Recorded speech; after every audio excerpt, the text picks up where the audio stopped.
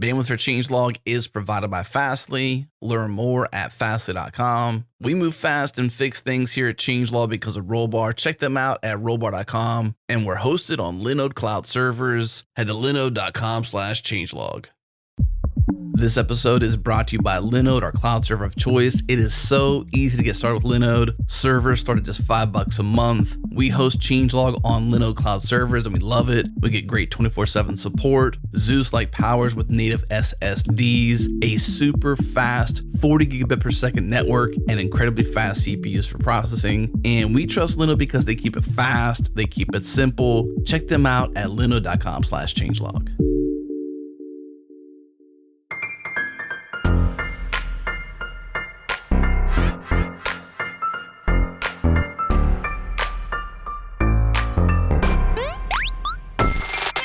Welcome to Go Time, a podcast featuring a diverse panel and special guests discussing cloud infrastructure, distributed systems, microservices, Kubernetes, Docker, and also Go.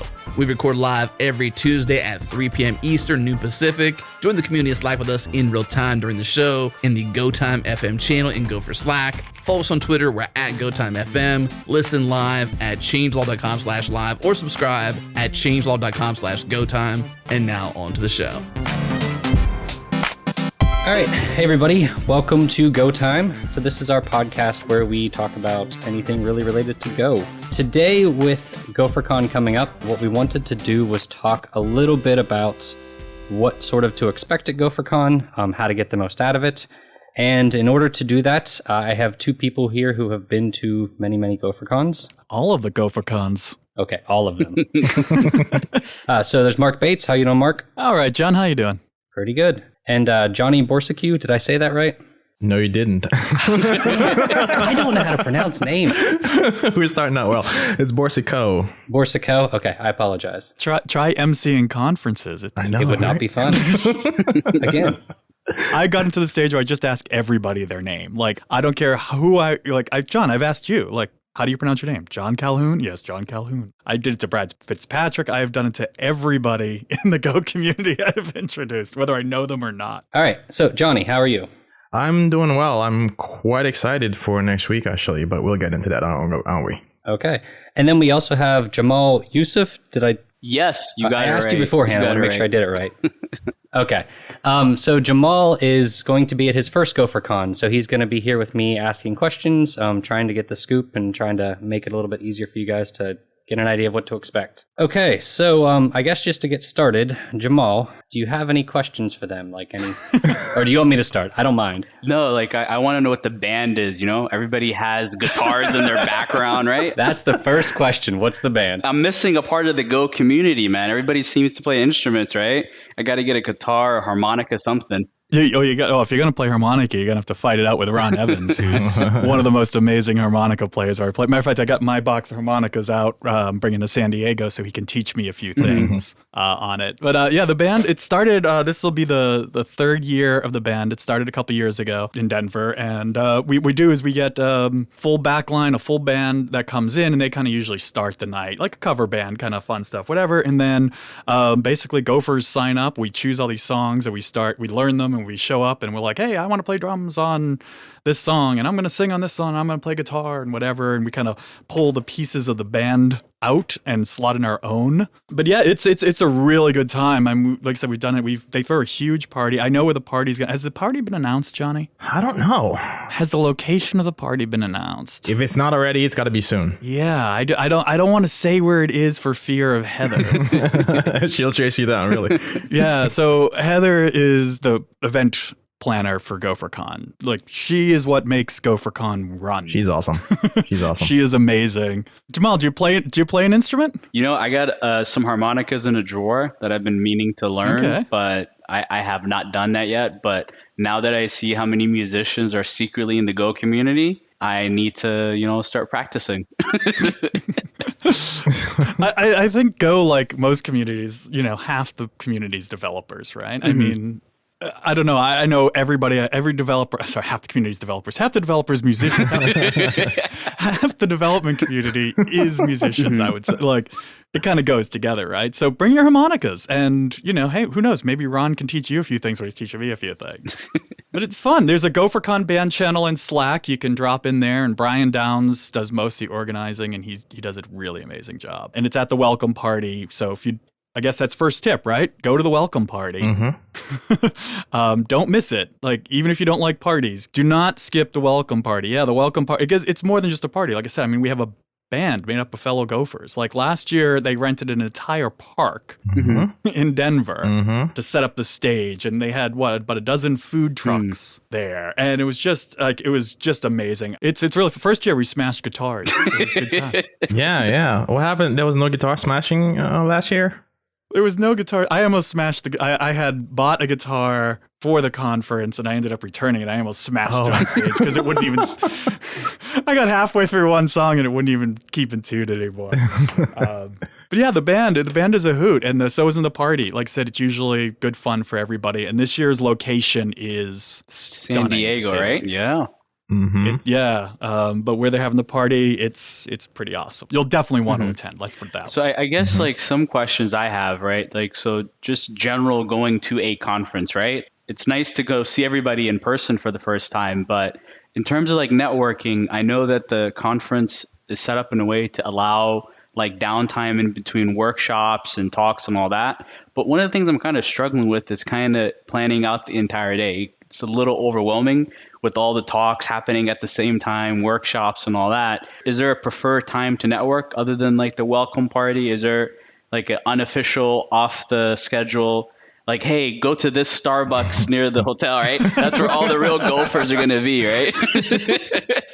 I don't think there's any secret society. Is there, Johnny? If there is, I don't know about it. There's no speakeasy. Yeah, exactly. That wouldn't be uncommon. Well, first of all, Jamal, I always recommend, as Johnny will tell you, dinners and lunches are a fantastic networking experience. So find me one of the days and come to lunch with me. I usually try to grab some people. So just find me and come with me. I'll introduce you around. We'll have a fun lunch. And same with Johnny, as I'm sure he'll take you to.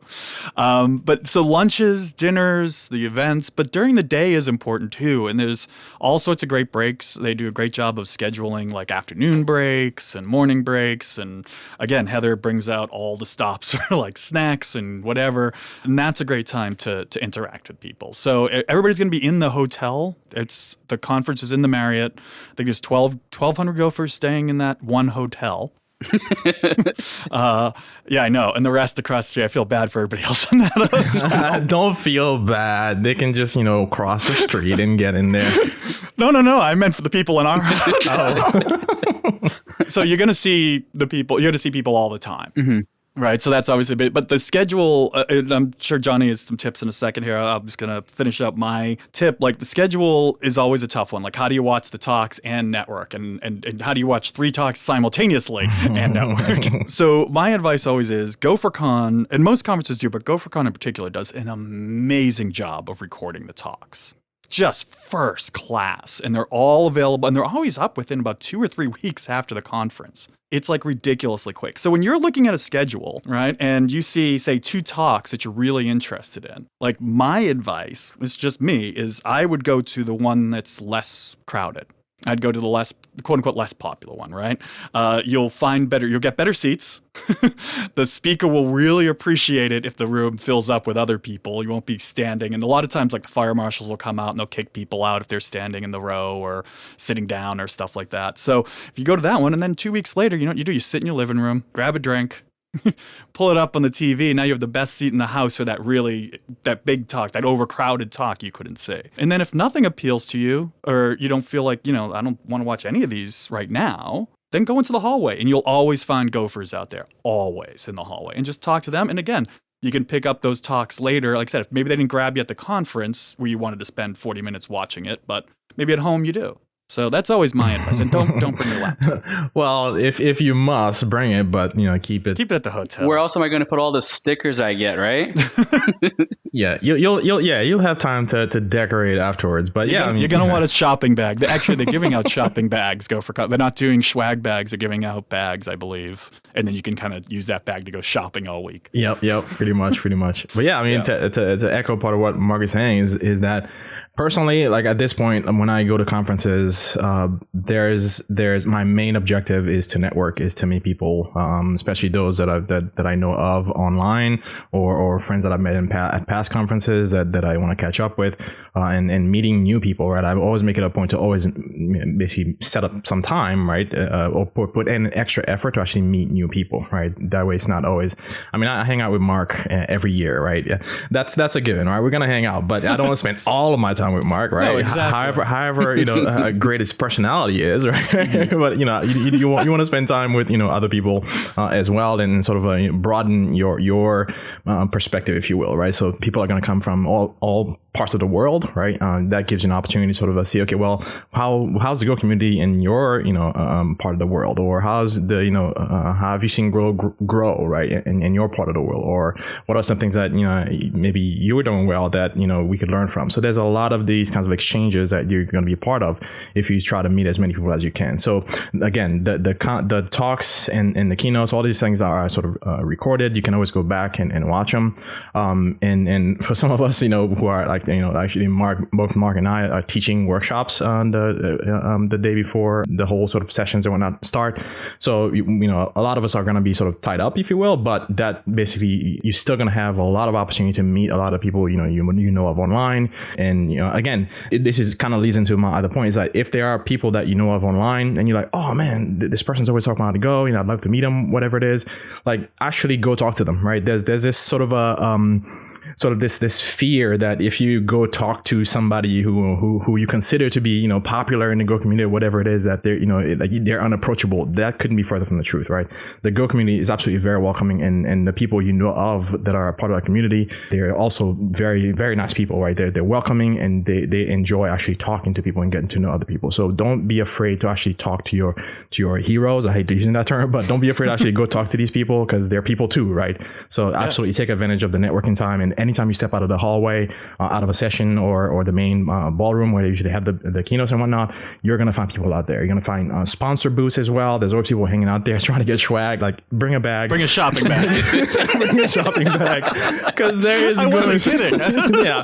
I mean, you will be... I mean, yeah, like every year I always joke to my family, like, look, I don't buy t-shirts, right? I just go to conference, right? Especially GopherCon. And I replenish my wardrobe for the year, right? I'm like good on t-shirts, right? So like bring a shopping bag and walk around, and there's tons of sponsors, and a lot of the stuff that they're showing is pretty cool. And a lot of it is, most of it is built on Go. So, and obviously they're trying to recruit as well, which is another thing we can talk about in a little bit. But there's like tons of opportunities to network. And again, you network because like you network when you don't need it, right? That's the other piece of advice I'll give you. Network when you don't need it, right? So not when you absolutely need to be in touch with somebody, right? So take advantage of the situation, of the environment, right? Network, talk to people, meet people, and make friends. I can't agree with that anymore. Like, it's super important. My motto, and Johnny's probably heard me say this 100 times, is I don't go to conferences necessarily for the talk. I go to see the people who I don't get to see every day, and talk about shop and talk about things that that I can have deeper, longer conversations with in person. And that's what, Johnny's saying. It's like, no, and by the way, Heather would kill me if it sounds like we're telling everybody not to go watch the talks. The talks are amazing. We absolutely recommend you go and watch the talks. Yes. I can't stress that enough, but I'm saying you've got to also kind of don't feel obligated to fill your day watching every talk, right? Like, understand that it's okay to say, there's nothing in this block that truly grabs my interest right now, so I'm going to go and find some people to talk to instead. Like, that's also, I think Heather would agree that is also a part of the conference too. And like I said, grab some people, just find some random people and say, hey, you want to go to lunch? You know, I kind of like the Pied Piper. I start with one or two, and as I'm walking out the door, I slow, right, Johnny? Yep. I just kind of slowly pull in people, and then it's like 12 people trailing behind me off to lunch. Yep. So do it. It's worth it. The networking is 100%. And Johnny's right. Like, everybody in the community is super approachable. No one will yell at you or brush you off. Absolutely not. They might brush me off, but not you.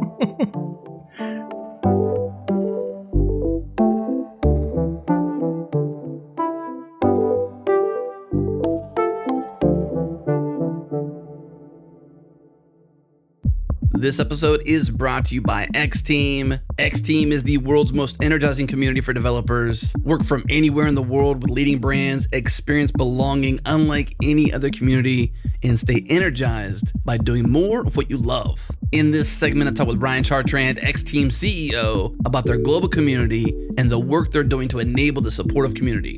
Yeah, it's interesting because there is this perception that, working remotely is this digital nomad lifestyle, and it's only for, people 20 to maybe 25. But the fascinating thing about X-Team is not only are we in 35 plus countries, we are across all age groups up to, I think, 55 years old, maybe even older that we have an X-Team. And, it's people with families, it's people who are single, it's people of various genders. I mean, it's so diverse. It's really a magical thing to be a part of every day. But it shows you that when you are surrounded by that kind of diversity and knowledge and people with so many different experiences, this is the kind of community that you get into and you have no other option but to grow. So as the CEO of X-Team, what is it that gets you up in the morning? What motivates you? My main motivation when I get up every day is to jump into the community and make connections with people and learn about them, learn about their stories, and see how we can make their lives better. And that is one of the most rewarding jobs you can have, so I'm very happy to be a part of it.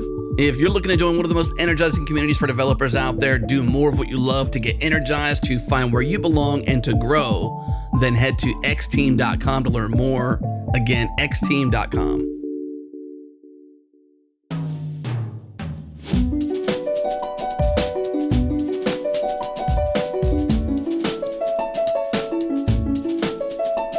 So for those of us who have never gone to a training session, can you guys talk a little bit more about, why, like this year it might be too late, obviously, but, in the future, why they should consider them versus, there's all these different training options. You can hire people to come into your company, you can buy courses online, there's a million different options, but training sessions always seem to sell out pretty quickly, or they seem to do very well. So what makes that in-person training session at like a GopherCon or something like that? Who would you pitch that to? Johnny, you can take that. I think we both have opinions on that because we both teach and whatnot. So the real value for me in having a live sort of instructor like in the room is really the ability, and when you get a really good instructor, right? If you've ever been in a room with, say, like Bill Kennedy, right, who's going to be teaching at the workshop, or people like that really have a passion for teaching, right? They have a certain uncanny ability to read a room, right, and know where people are struggling to understand something, where they need to spend a bit more time, where maybe they need to slow down a little bit or speed up, right? So they have an uncanny ability to sort of read people's faces in the room and sort of provide the best value, right, for the money you're paying, right? So for me, that's one of the biggest things you can get out of a live sort of a person training, because the questions you get the chance to ask are perhaps things that you might not get from a video or from reading a book. And I can tell you, in terms of pretty much my preference for training material, and I'm a developer, I learn like everybody else, even though I'm teaching, right? I learn by teaching. But for me, in terms of sort of the learning value, I think videos offer the best value over reading for me, right? I consume a ton of YouTube videos, training material and whatnot, because that offers me, I can speed up, I can slow down, I can do a lot of things that I can't do with a book or like written training material. But the next best thing, at the top of that sort of hierarchy, is the live person, right, training, right? They're going to offer you, they're going to be able to answer your specific questions, they're going to be able to sort of navigate the room, right, and kind of deliver the value that most people are looking for. So for a teacher, I can speak for me, and definitely Mark will have his own views on that too. Like I mentioned before, that I learn by teaching. I enjoy the process of teaching, because in preparation for delivering a course or training, like I get to find out about nooks and crannies of a particular piece of technology, right? So I get to like, helps me master my craft before I then have to go teach it, right? So if you know, you've heard people say before, like if you want to learn something really, really well, try and teach it to somebody else, right? So for me, this is a sort of the height of that, right? And I enjoy the process, right? For me personally, the biggest sort of satisfaction I derive from teaching is actually seeing that moment, right? There's a particular moment, and Mark will probably notice too. There's a particular moment where somebody like gets it, right? It's a fleeting moment. If you don't look, right? If you don't look, you'll miss it. If you blink, you'll miss it. But that moment when they get it, oh man, I live for that moment. I love when people, like some people, bounce up and down in their seats and clap loudly. It's really great. Yep. Yeah, I have to echo everything Johnny just said, you know, and so I won't kind of go into that. But from the student's perspective, if, you know, you're already going to, say, a GopherCon and spending a bit of money, why would you want to spend an additional 3 or 4 or 5? I don't know what the tickets are, but, you know, every conference offers workshops. Most conferences do, and they're all different prices anyway. So why would you pay for the extra add-on? And I think Johnny is definitely correct when he says, you know, having a person there in front of you, like you can't beat that value. Like you can't beat that. That's hands down the best way, right? Is to interact with another human being. You know, and as somebody who runs a training company, I mean, that's what I do for a living, right? I go around and I train developers all around the world with Gopher guides. And, you know, we go into these corporate environments and they pay a lot of money to bring trainers on site and to do that, right? It's just what it is. That's just the way training and teaching work. Not every company can afford to do it. Not every company can bring in dedicated people for 3 days, fly them to their office and do it.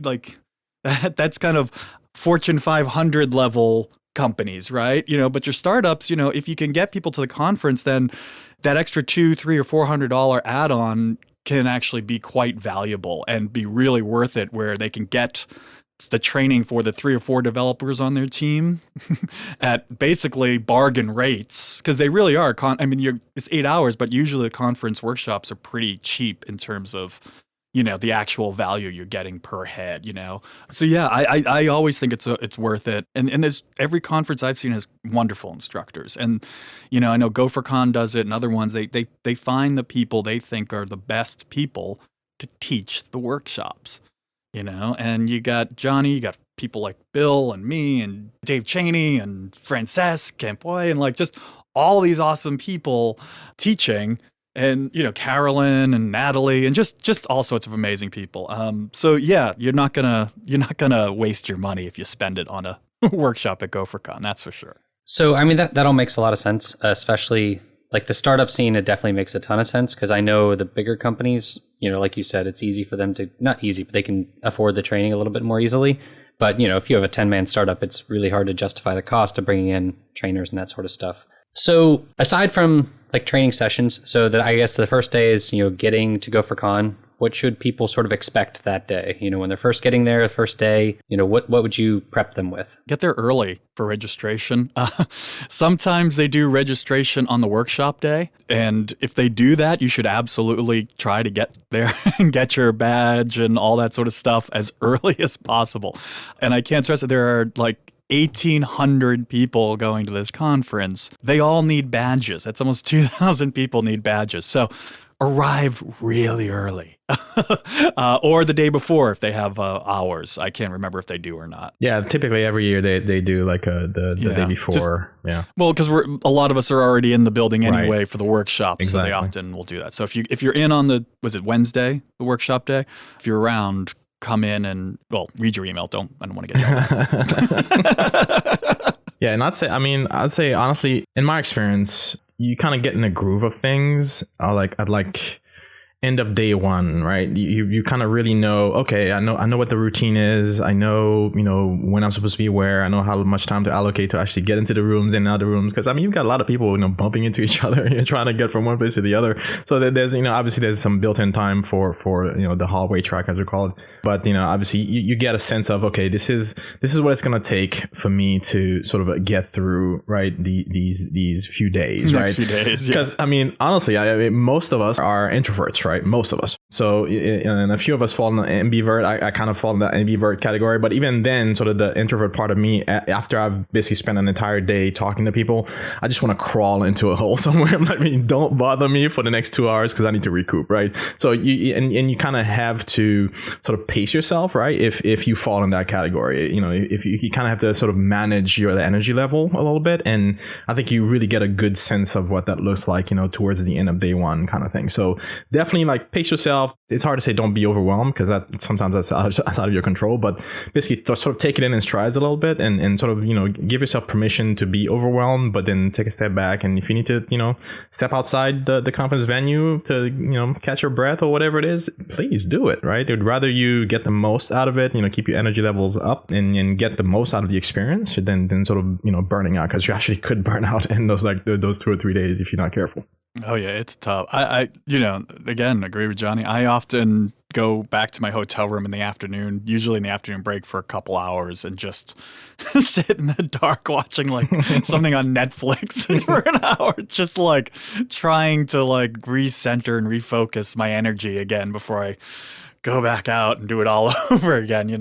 It's a lot. Yeah, it takes. Have you ever been to any conferences before, Jamal? I have, but I'm completely new to the entire Gopher community. So it's not my first conference, but I never thought I'd be attending a GopherCon conference. And maybe just to speak on the perspective of somebody who's like just coming into the community and seeing it, like all the hard work you guys have put in. But the first thing is like I'm coming from a C++ background, and C++ conferences are not as fun and there aren't as many opportunities. Like there's almost a rigid stance on things, and it's very hard to kind of integrate and fall into that. I didn't even know there was a possibility of getting scholarships to come to GopherCon like that, or even partial scholarships. But Carmen was the one who probably taught me the most. I did go as a hobby for a few years and just follow the community, read a lot of the stuff that you guys write. And like, it was my fun language, man. It was what I programmed in for fun. It wasn't what I did for a living. And I got on Twitter and I was completely new.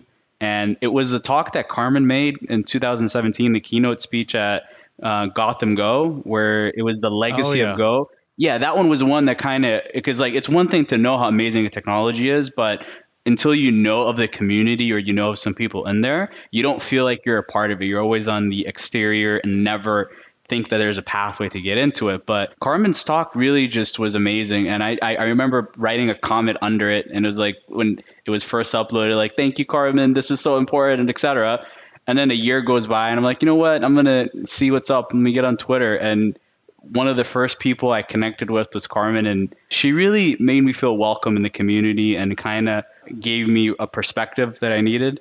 And that is probably the reason I'm still doing Go. So like I actually have a job now as a Go developer, which I still don't believe. Like I get to use the language that I love and get paid for it. So it feels good to be like in the community and to be working in the community and to feel a part of it. And I didn't even know there's a diversity scholarship. I didn't know if there was any scholarships at all, but like through Twitter and you guys retweeting and all that, I was like, what? Like I can apply? I'm like, sure. And it's been Christmas since, man. I'm excited to come. So as someone new coming into all of this, the one thing I keep seeing in this community is that like the more known someone is, or I guess the more famous they are within the community, the more accessible they are. It's like almost like a inverted pyramid, right? Like people you think that are inaccessible, you can't communicate with, like I'll send them a DM and like I get a response back, and I'm not used to that. Like this person's pretty busy. I've talked to Bill a few times via Twitter. He's been amazing. Brian's been amazing. There's just been a lot of amazing people who just have answered really silly questions, and I've been allowed to ask them, and it's been amazing. So I appreciate that. But I'm excited. And there's probably a lot of other questions I have, one of the things I guess was like, man, I thought I forgot that it's going to be recorded. It's like now I'm attending it. I'm like, man, if I miss it, if I don't pick it up, like it's different. But then I forget it's going to be uploaded, 2 weeks later, and it's not the end of the world. Something like that, yeah. So let me ask you: Are you going to be around on the last day, the community day? I am. Okay. I have not signed up for any workshops yet, so I got a partial scholarship. So I'm still thinking about like the benefits of attending. I know there's benefits, but cost for the ticket to attend and all that. But well, the last day is called Community Day. And that's part of the conference. And it's not where Bill happens to have an extra workshop that day, but that's an exception. So Community Day has a lot going on.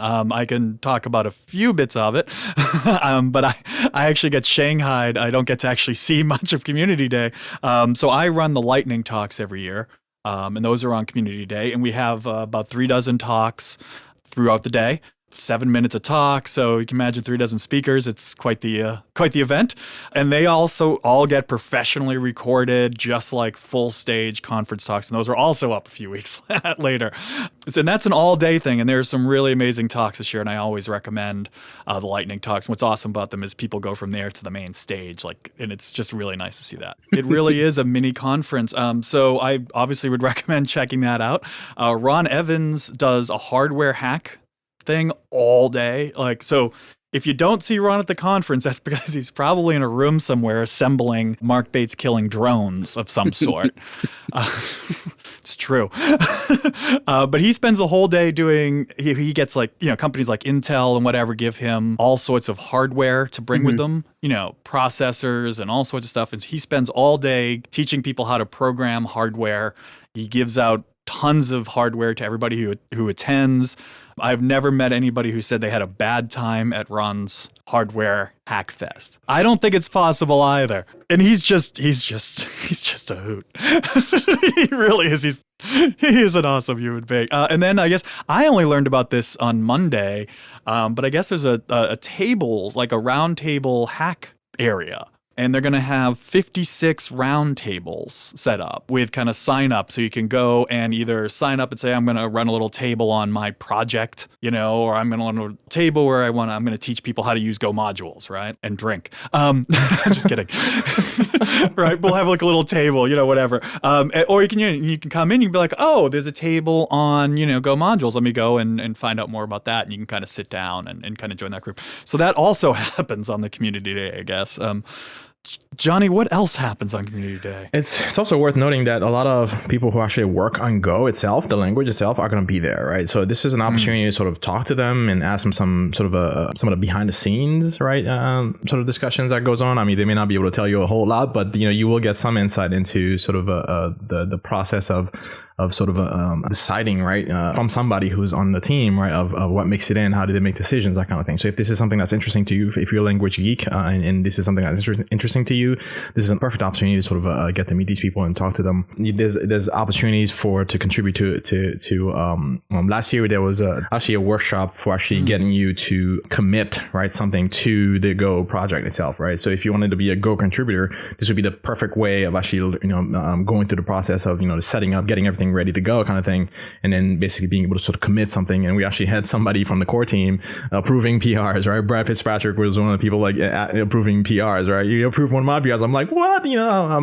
So I was ecstatic. So things like that, basically again making the community more approachable. Now, are they doing that again this year? I don't know if they are. It's listed on the agenda. Is it? Oh, we should probably look at the agenda. We probably think we already know it all. Yeah. Yeah, right. Yeah, so it says from 10 a.m. to 12 p.m. they're doing the contributor workshop. Okay. And then later on in the days when they're doing the sort of fireside chat / panel where they take questions and talk to the community about Go and that sort of stuff. Right. Okay. Yeah. Let's definitely look at that. These are the awesome opportunities. Yeah. And again, Jamal, to what you're saying, I can't sort of thank you enough for actually saying that on air, because this is something that I think the Go community goes out of its way, right, to actually do, to be approachable, right, to be welcoming, to say, hey, we know you're a newbie, you're on the outside looking in perhaps, and you're wondering, okay, well, when's a good time to come in? When should I try? Maybe you've been sort of lurking a little bit and sort of wondering, okay, well, am I going to have an opportunity? When's my chance to sort of make a connection, sort of join the community, be part of the community, right? This is, we go out of our way as a community to make you feel welcome, right? We welcome newcomers, we welcome newbies. So this is something that I think everybody needs to hear, that the Go community, right, is a safe place for beginners, it's a safe place for newbies. If you don't know Go, right, you want to hang out with gophers and start to pick up, right, some knowledge, some tidbits, about what it's like to do Go, what it's like to be part of this community. This is not just about the language. This is not just about the technology. I mean, if that was it, then you could go do any other tech you want. I mean, it's the community plays a central role, right, in the language and its life, right? So we value community tremendously here. So please, like if you're like Jamal and you're thinking, hey, when's my opening? You don't need an opening. Just go meet somebody, right? If you trust me, like you go and say hi, and then that's it. That's really all you need to do. Just go and say hi. Yeah, and most of us have stickers. Yeah. What really blew my mind was when I first got on Twitter, I was reading some blog posts and some books and all that, and I kept on seeing Brad's name just come up, right? Thank you, Brad, for all the help, blah, blah, blah, blah. I was like, who's this guy? And I looked him up, found him on Twitter. I was like, and I think I sent him a message like 3 a.m, right? Like, hey, I saw that you keep meaning to mention all these books. Thanks for what you've done for the Go community, right? And then like 2 seconds later, he sent me a few sentences back, Like blew my mind that he was awake that time and he replied. He's got like 2 very small children. Yeah, so they're keeping him up. He's probably up anyway. But first time when I first met Brad was the very first GopherCon.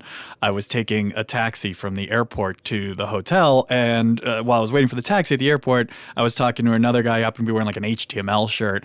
We started chatting. We realized we were going to the conference, so we shared a cab, and we're in the cab, and he's saying, do you use Go? I said, well, a little bit, here and there, whatever, and what about you? He goes, yeah, I use it daily. Oh, okay. And anyway, we were talking. So what's your name? Oh, Brad, whatever. And we keep talking. Then later on, we were still talking, whatever. And I said, so where do you work? He goes, Google. Are you Brad Fitzpatrick? Yeah. So I spent like 30 minutes in a car with him, like asking him if he writes Go too. What's your favorite part? And he's super cool. He's such a great guy. They all are. Everybody really is very nice. Johnny does have it right. I think this is a community that rewards nice people. I think it also says a lot that pretty much the entire Go team is at GopherCon, or it feels like the entire Go team is there, and like they want to get feedback from people. And, you hear people say like, oh, Go is Google's language or something like that. They don't have to be there. They don't have to go out of their way to be accessible and, to make all that happen, but they do. And I think that speaks volumes as to why the language itself is as open as it is and inclusive, and everything is that they're sort of setting that example. Yeah, there will definitely be a lot of people. And looking at the Go team community room on the last day, like I said, there is a contributor workshop from 10 to 12 where you can learn how to contribute to Go directly. And then at 1:30 to 3, there's Growing Go, which is kind of like a fireside chat panel with the Go leadership and team, and then kind of closing. So it looks like there's a whole day where you can hang out with the team, talk to the team, get to know them. Again, like Johnny said, most of the team is going to be there, plus a large contingent of community contributors to Go as well. So there's usually like a contributor summit that happens at the conference as well. So there'll be a lot of both core team and contributors just wandering the halls all week. And you can absolutely chat to any of them. They will love to chat with you. I'm just volunteering everybody. I will definitely go to that day and bug everybody and introduce myself again. Yes, and you should absolutely, if everybody's listening, they should absolutely introduce themselves to Matt Ryer as well. Yes, you absolutely have to meet Matt Ryer and meet him like daily. Because he has, I found at conferences, especially like Denver, California, he tends to forget things sometimes. So let's just hammer Matt with hellos the entire time. He's going to thank you for this, Mark. Yeah, I know, right? It's also Tim Raymond's birthday next week while we're out there. So everybody say hi to him. Nice. Looking forward to seeing Tim.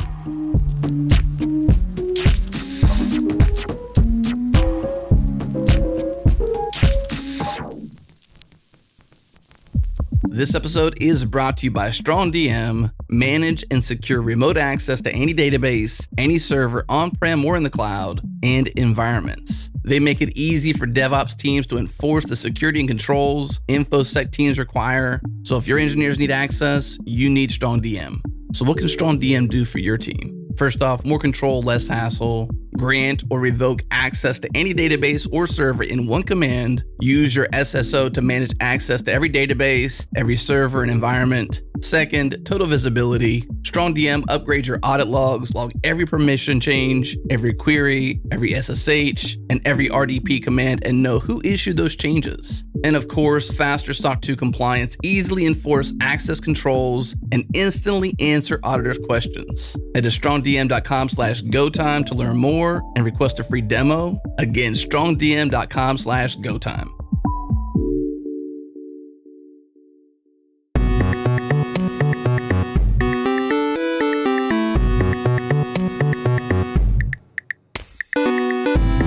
So you were talking about Community Day with the lightning talks. I guess for anybody who's unfamiliar, can you sort of tell them what's the difference between regular talks, lightning talks, like why they should care about one over the other? Oh, that's an interesting... Not necessarily over the other, but you know. Well, thankfully, we don't have any sort of collision in terms of that. So it's really is why would you come to the lightning talks and not go to a play with hardware with Ron, right? Like that's the thing I'm always competing against, right? That's fun. So the lightning talks, like again, for those of you who don't know it, they're 7 minutes long.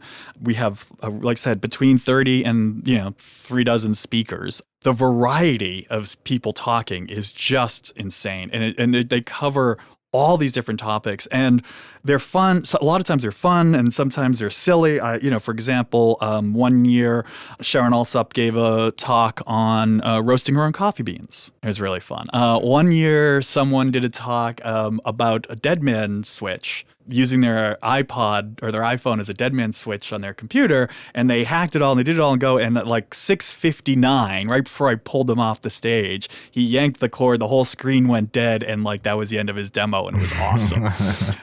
So there's all these great things that happens. You usually get like Ramya Rao. I'm sorry, Ramya. She writes the Go plugin for VS Code. She usually gives a lightning talk every year. She's giving one this year, and so that's always a great place to hear what's upcoming for things like VS Code. I know Florin from JetBrains, who works on Goland IDE. He's also giving a talk. So there's all these just really interesting talks from people from all around the world with all just interesting perspectives. And some of them are, hey, I wrote this cool thing, I just want to show it. Some are, this is my company, I just want to show it. Those are a little less interesting. And then some are just like, I found this weird issue, this weird bug, this hack, like watch me do something terrible with Go that you should never do, right? So there's always fun stuff there. And it's a fun day. And if you don't like the talk, there's a great chance that 7 minutes later, you might like the next one, right? So you're not sitting there for 45 minutes or a half hour just being like, oh my God, well, this person stopped talking. You're there for like 6 or 7 minutes. So if they're not all winners, they can't be statistically. But there's plenty of diversity and interest there, I think, for everybody who wants to attend. And 7 minutes is a very short amount of time. It really is. I did one last year, and boy, I didn't see the time coming. It was, but it was fun though. It was really fun. Most people don't. Yeah. It was. That's always weird. Where like in high school, when you have to talk about a subject you don't care about, filling 3 minutes is like awful. And then like you get to talk about something you care about, and you're like, wait, 7 minutes are up? Like I need way more time. Yeah. It's true. So the lightning talk, I said, I absolutely love the lightning talks. I wouldn't keep running them every year if I didn't. We just get some really great people come through. And then, like I said, it's lovely to see them start. A lot of people start on that stage now and are migrating to the bigger stages in the main conference. And that's just awesome to see. And I love that we get to do that. So if you want to see the next Brad Fitzpatrick or the next Johnny or the next Carmen, the lightning talks may be for you. Ooh. How's that sales pitch? Very nice. Actually, Heather Sullivan, the person we've been referencing as being sort of the primary organizer for the conference. She's pretty awesome. She's mentioned that there'll be whiteboards, right, throughout, basically spread throughout the community day, right, around the tables, at the edges and whatnot. That round table section we were talking about. Right, exactly. Yeah. So if you got a topic that you want to go up there and put on the board, you can find other people who are also interested in that, and you can sit at a round table or two, right, and hack on whatever that thing is together, right? So it's a way of identifying your tribe, if you will, right? Say, hey, yeah, I'm into dependency management. Maybe you go to the modules table, right? Because who isn't? Who isn't, right? who wouldn't want to hang out there all day? Right. So it's tons of opportunities for that stuff. I'd also probably mention that even if you don't, like, if you feel like your skills aren't up to snuff or whatever, like, don't worry about that. You can learn so much just by sitting with other people. And like, I've been fascinated by, like, people who feel like they aren't very good at Go. I've learned things from them. Stuff like that happens all the time where you just see other people's approaches. So don't worry about, being an imposter or something crazy like that. Like, people are all very welcoming. Just have a good time. At least I feel like the Go community has always been that way. So they absolutely are. That's why I love going to these things. I don't know it all. None of us do. Like, I have fun about packages and libraries and tools and all, just like endless, just, I don't have a CS degree, so whenever I'm in big brain land with all these CS people, like, I just try to suck in as much as I possibly can from them and just, learn what I don't know. We all have our areas of specialty. Jamal, I'm sure you could tell us some stuff. For example, I have never done C++ a day in my life. I would be all thumbs. Couldn't even tell you how to compile it, right? So just because you're, a newbie in Go doesn't mean you don't have anything to offer anybody else, right? And that's not obviously just for you, Jamal, but that's for everybody, right? Like, just because you're new to the conference or the community doesn't mean you're not useful or welcome or have knowledge to offer. Thankfully, the lightning talks, like I said, are a great way of helping people show that they can do that. But you should know that you can, and know that not all of us, no one does, right? But even those of us who've been there since day one of the conferences, for example, I don't know. Ask me how the garbage collector works. I have no idea. Yeah, we value outside perspective. It's like, personally, I enjoy hearing about those stories. People who are coming to Go, usually, like, if sometimes they're coming to programming in general and Go happens to be their first language. I absolutely love these people because I really get to sort of shape and mold them, if you will. But you have people who are sort of coming from other programming languages, right? So they bring their own ideas and how they're used to dealing with certain things. And sometimes it's so you kind of engage a little debate with them. Well, I'm used to doing things that way. Well, this is why we don't do this very thing that way, and Go kind of thing. So you get a chance to sort of get some outside perspective, right? And a lot of times, we're like, hey, you know what, that would be kind of cool in Go, right? So and these kind of conversations actually do end up sort of bubbling up into possible proposals, right? That the Go core team sort of ends up evaluating and deciding whether that's something they should consider or not. I mean, generics, for example, is a prime example of that, right? So, a lot of people were saying, hey, we need generics in Go, right? And a lot of people made a case for it, and it's something that's being evaluated, right? So again, Missy, these the perspective that somebody's gonna bring that is from outside of the Go community, right, is tremendously valued, and it's welcome. Even like I've come to learn that most of my development is done by myself. And as a result, like, the type of development I do is very different, or like what works in my code doesn't necessarily work in a company that has, 1,000 engineers. Like, it's vastly different. So just getting that perspective and seeing how they do stuff and learning from them, and vice versa. They might say like, oh, you can prototype stuff way quicker than me. Let me see how you're doing that and learn some stuff there. So just, knowing that everybody comes from a different background, and that's a good thing. Like, conferences are an awesome spot to learn all that stuff. Agreed. So I don't know if we ever mentioned this, but the scholarships, I guess, it's a little bit too late for this year, but I do think that's something worth mentioning for the future, is that, GopherCon does offer scholarships. So, if you're considering going and, for some reason it's not something you can do, definitely check that out. Get in touch and, ask about it, because the goal of the conferences isn't to exclude people. It's to, get anybody and everybody there. And Heather, last week, she had a story that I don't think got recorded, unfortunately, but we got to talk about how there were some people that like literally went to a Go conference and like now they're, it made a huge difference in their career and in their life. Mm-hmm. And, that's what we're looking, or I think that's what they're looking to. I guess I'm not technically doing that because I'm not there, but like it's one of those really positive things that I think a lot of people just see conference and think, I can't go, I don't have the money, or I don't have the means to make it there. And that shouldn't be what holds you back. Yeah, I mean, you could look at going to a conference, and hopefully, an employer pays for you to be there. And if you have any other ways of actually getting there, and you're privileged enough to actually be in that room, I highly encourage it, because consider it as an investment, right, in your own career, in your own future. I remember going to my very first GopherCon. Actually, Mark was right there sitting next to me, and we were like, look up on stage and seeing Bill amongst a bunch of other well-known speakers do their thing.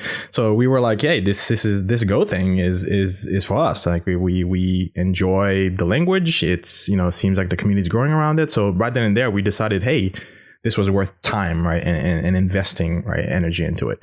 So, fast forward a few years later, I mean, pretty much that's what we do now, right? We do Go full time, and we are part of the Go community, and a lot of us basically have businesses that have sprouted out of being involved in the Go community. I mean, it's really an investment in possibly in your future. So this is why I say, hey, like when you go to the conference, right, don't forget to actually network. You're not just going for the content. You're going to watch the content later anyways, right? So don't forget to actually network people, get to know people, right? Yeah.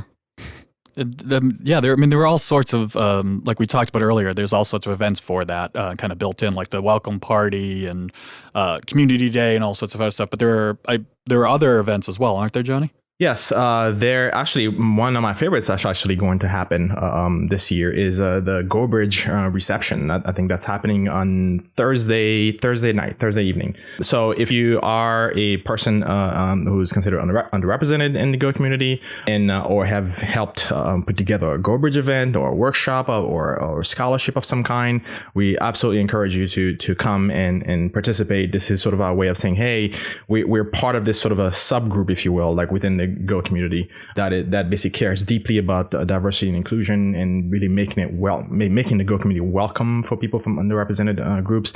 Like we'd love to get together and sort of and talk shop, right? Talk about, okay, this is the impact we're having. This is how we can make things better. Ideas come out of such events. So absolutely encourage folks basically, even if you like never heard of GoBridge and want to understand what it is and what it's about and you think you can help, we absolutely would love to have you. So it's absolutely something that I'd highly recommend. Yeah, and there, if you're looking for ways to help with the scholarship fund as well, at the conference themselves, GopherCon and kind of sells their old swag from previous years, as well as the current year. So any money you can go there and you can buy old GopherCon swag, t-shirts and the like, and they usually have tons of toys and stuff left over because they have to buy them at like 5,000 units. Right? Yep. So there's always toys kicking about, and you can buy all those, and all that money goes to the GopherCon scholarship fund as well. And then, GoBridge and Women Who Go, Heather says, so many toys, there really are. And GoBridge and Women Who Go also offer ways to help as well. I know next week you'll see me wearing all Women Who Go t-shirts all next week. I bought 6 from the Women Who Go threadless store, all beautiful Ashley McNamara designs. So you'll see me in a different Women Who Go t-shirt kind of every day next week as well at the conference. So and that money again just goes to help the GoBridge scholarship in that particular case. So there's a lot. Last year I guess GopherCon raised $17,000 for scholarships. So it'd be awesome if we can raise more. That would be pretty cool. It would be pretty cool. Yeah. This is why Mark has to bring a second bag. For cash. He has to bring an empty luggage bag just to bring back. No, not for cash. For cash. I meant for all the stuff he buys. What do you think I'm doing, Johnny? Yeah, everybody, give to the GoBridge Fund. It all goes in this special bag I brought.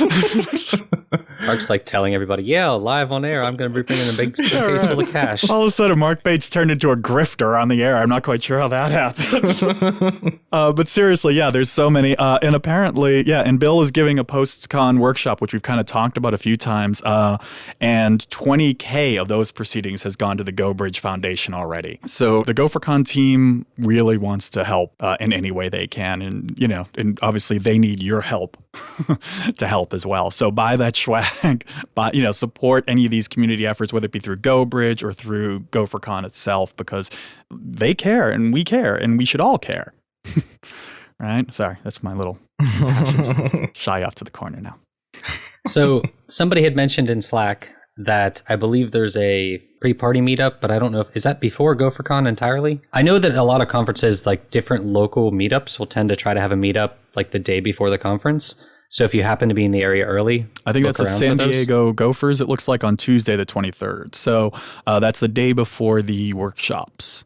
And I guess Cosmos is also hosting a sort of mixer party thing as well. Let's see, there are a couple sponsors that are hosting, one Tuesday and Wednesday. Wednesday is Cosmos. They're going to be holding some sort of a mixer kind of mingly thing here. And then, a meetup on Wednesday. And I don't know what the other one is because Heather hasn't finished typing it to me yet. I was gonna say, just check those out though. If you ever go to a conference, it's especially GopherCon. I feel like it's pretty common for people to do some sort of meetup, and it's another chance to. And WeWork people. is hosting something on their place that she thinks on Friday. So when you show up next week, just keep your evenings free. Seriously. Yeah. Just look. They're all tweeting like just look at everybody and just make a decision and say I'm going to all these things. But try to go to. It's overwhelming to go to every one. But if you really want to make the most out of your conference, like meeting people and network, I feel like we've been harping on this for an hour now, right? Yeah, it's important. But it's important. It's the why you go to a conference, and those events are great places to do it. So, try to get to as many as you can. If it means taking a small nap after the conference before you go out, then take a small nap and get yourself geared up and go back out. Grab a coffee and do it. It's worth it. Oh, there are also groups. That's right. Yeah, there's like running. There's usually a running group at GopherCon every year. That's right. Yep. Early morning run. Yeah, and I guess there are other groups in the GopherCon channel, like photography and stuff like that, and people already starting to organize dinners together and stuff like that. So if you really, follow the Slack channel, the GopherCon Slack channel, if you're looking to already start making some of those connections. I feel like I'd have to go and make the anything but early morning run group. Yeah, right. I don't mind running. I just don't like early morning runs. My wife has been running a half marathon in every state, and she's up to I think 20, including Washington D.C. And I'll go with her sometimes, and I'll still be sound asleep when she gets back. Like she'll go run 13.1 miles somewhere, come back, I'll still be sleeping. So yeah, not for me. Ooh, we forgot one thing. The Gopher Guides program. I can't believe we forgot that. So, I think it's just called the Guides. Oh, is it the Guides program? Okay. There's a name collision with Gopher Guides, and that was more our fault than Andy's. Right. Yeah, actually, I never thought about that. That's good thing. Yeah, thank you for bringing that up. Yeah, so the Guides program, Andy Walker, another known community member, basically runs this program for first-time attendees. Yeah, so basically, if you really like shy, or even if you're not, right, even if you just want somebody that basically an anchor, you can always go back to and say, hey, so I've attended these talks, I'm not quite sure which other talks to go to next, or I'm not quite sure what I should do now. Should I go to this event or that event? Like usually the guides are sort of tethered into the community, right? They know sort of what's going to be more suitable for you, when you compare a couple of things, right? Say, hey, you know what, if I know you value X, Y, and Z, so this event or this talk is going to be more suitable for you than this other one, right? So somebody who actually knows, right, what would be more appropriate for you based on on your needs, right, for attending the conference.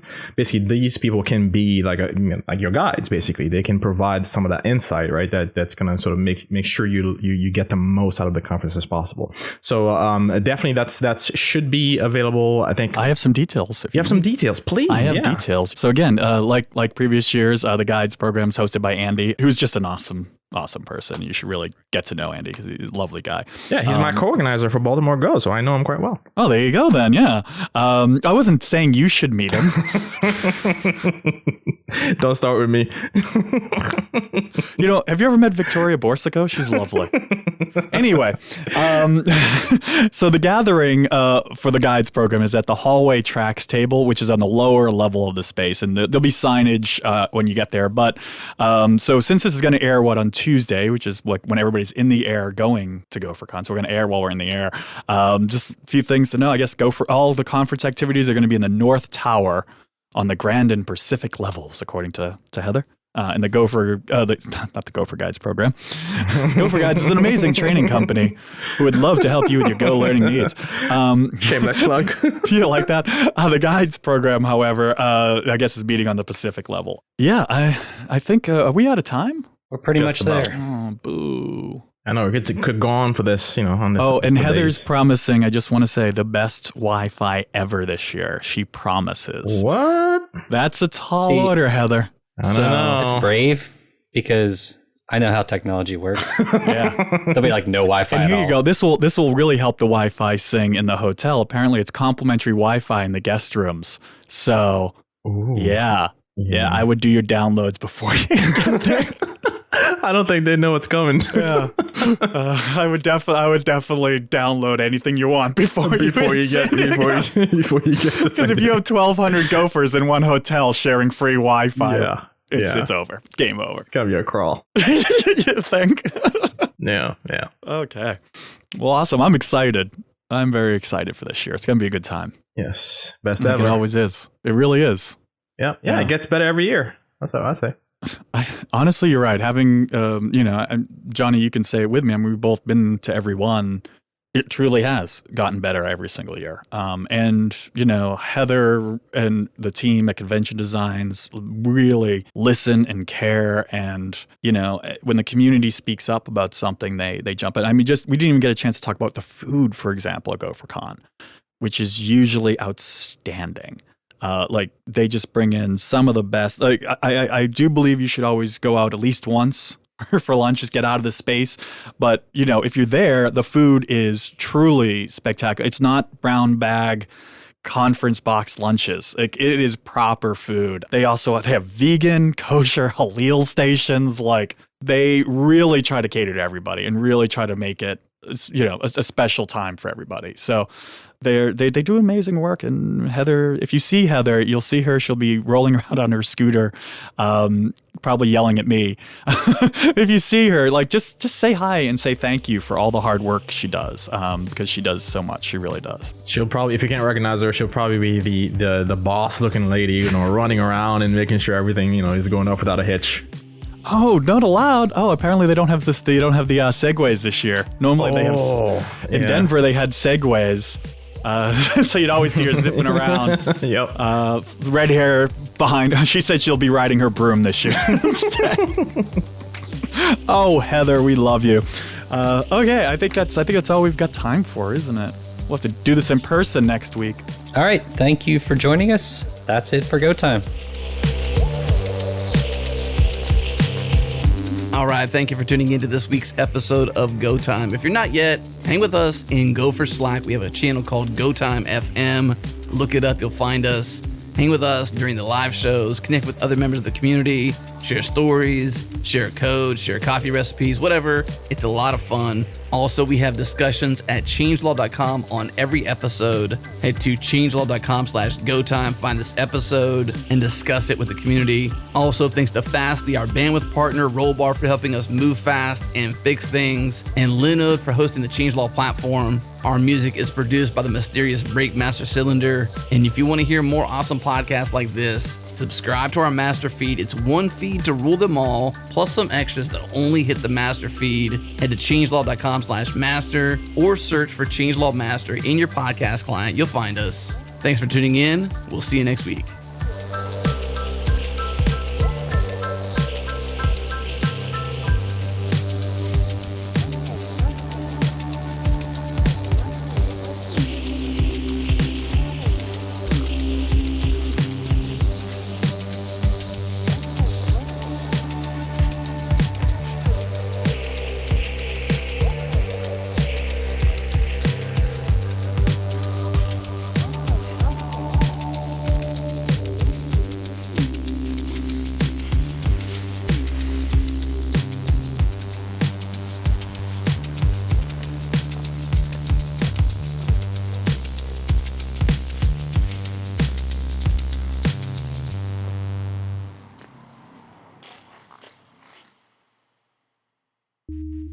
Well, hello there, listeners. How are you?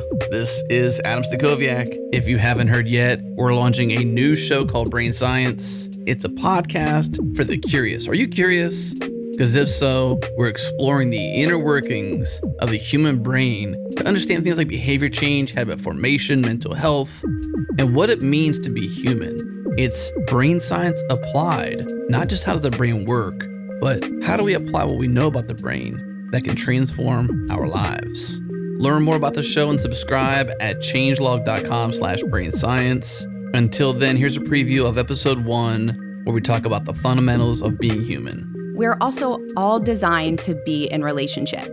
We are fundamentally hardwired to have social groups and this sense of attachment.